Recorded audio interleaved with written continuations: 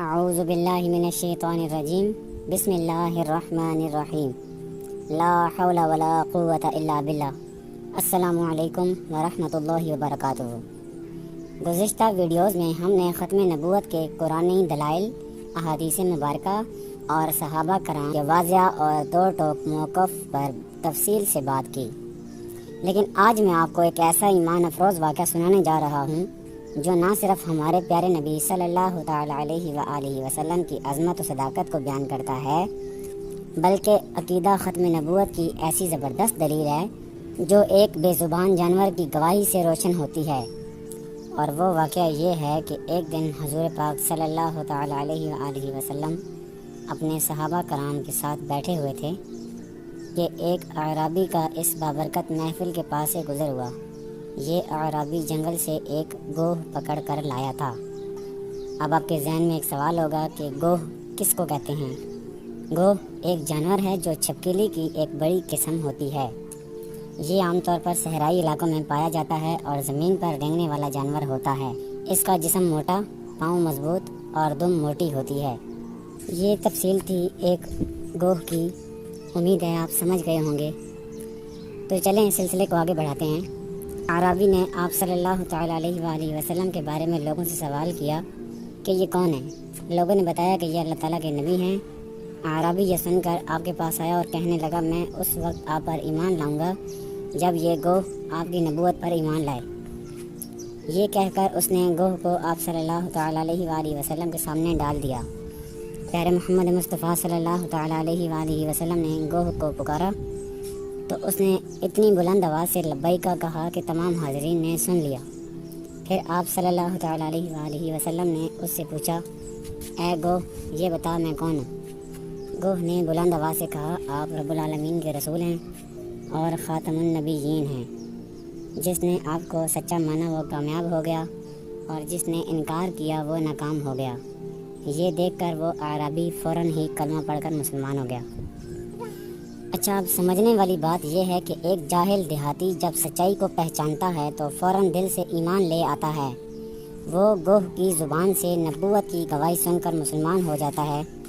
مگر افسوس آج کچھ لوگ ایسے بھی ہیں جو قرآن، حدیث، صحابہ کرام اور خود اللہ کے رسول صلی اللہ تعالی علیہ وآلہ وسلم کی واضح تعلیمات کے باوجود جھوٹے نبوت کے دعوے داروں کے پیچھے لگے ہوئے ہیں۔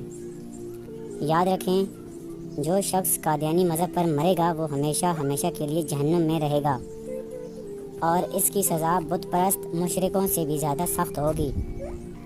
کفار کے لیے یہ عذاب ہوگا کہ اس کے قد کے برابر آگ کے صندوق میں اسے بند کریں گے، پھر اس میں آگ بھڑکائیں گے اور آگ کا قفل لگایا جائے گا۔ قفل کہتے ہیں لاک کو، اردو میں تالے کو کہتے ہیں۔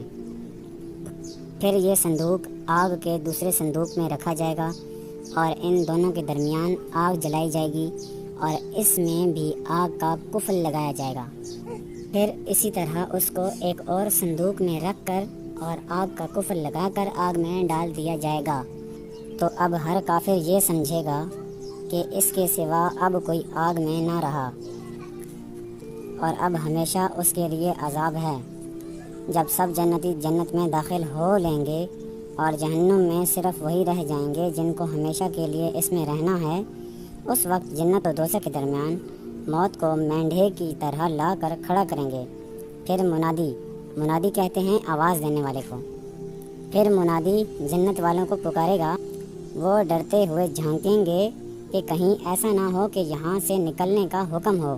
پھر جہنمیوں کو پکارے گا، وہ خوش ہوتے ہوئے جھانکیں گے کہ شاید اس مصیبت سے رہائی ہو جائے۔ پھر ان سب سے پوچھے گا کہ اسے پہچانتے ہو؟ سب کہیں گے ہاں یہ موت ہے۔ وہ ذبح کر دی جائے گی اور کہے گا، اے اہل جنت ہمیش کی ہے، اب مرنا نہیں، اور اے اہل نار کہتے ہیں آگ کو، اور اے اہل نار ہمیش کی ہے، اب موت نہیں۔ اس وقت ان جنت والوں کے لیے خوشی پر خوشی ہے اور ان جہنم والوں کے لیے غم بالائے غم۔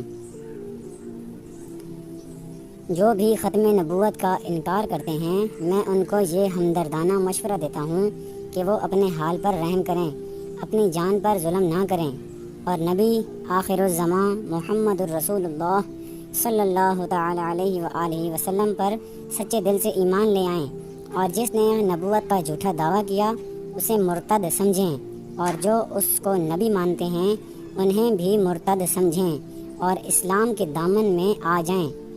اسی طرح میں دیگر غیر مسلموں کو بھی اسلام کی دعوت دیتا ہوں۔ اسلام پرامن مذہب ہے، آپ اسے قبول کر لیں، انشاءاللہ عز و جل آپ کے دل میں سکون و اطمینان داخل ہوگا، دنیا میں، قبر میں اور قیامت میں راحت ملے گی، اور انشاءاللہ جنت کی نہ ختم ہونے والی نعمتیں بھی دی جائیں گی۔ اور آخر میں یہ دعا کرتا ہوں کہ اللہ تعالی ہمیں شہادت کی موت نصیب فرمائے، آمین۔